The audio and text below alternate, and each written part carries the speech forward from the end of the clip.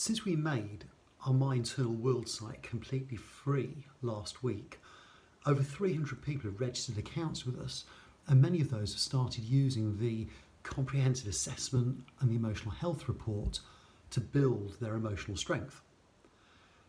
This is throwing up some really interesting stats, one of which is that over 70% of our users are experiencing challenges and stress around the issues of seeking approval of others. Now, this is part of our 5 pillars of stress program. These 5 pillars are the ways that we as humans attract, build up and sustain stress in our lives. Now, please remember, there is a healthy side to stress, which improves our performance and it speeds up our responses and it helps us get things done.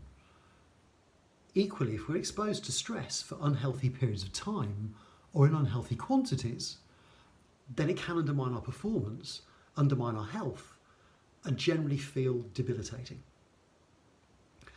Now, I'm well aware that my need for approval from others has driven me in the past to achieve outstanding results and go the extra mile and support others in their time of need.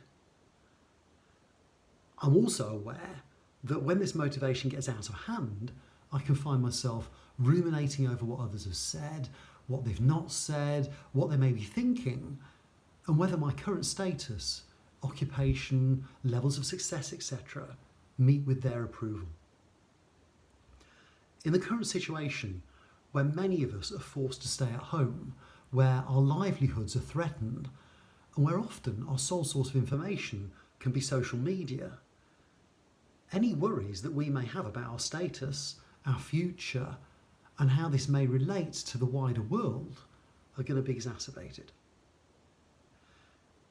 If you're feeling anxious and you're becoming aware that part of this is your need for approval from others, either specific others or the world in general, maybe it's worth reflecting on these questions.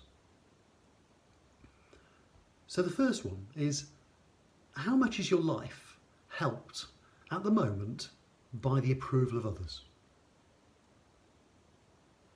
And are you aware of when the balance changes from positive, healthy motivator to unhealthy, debilitating influence?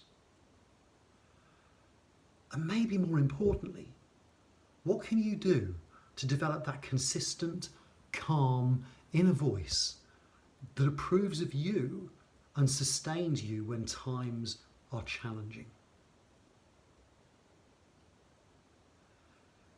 Finally, I'm always struck by the emotional content of when I hear someone say, I don't care what others think of me.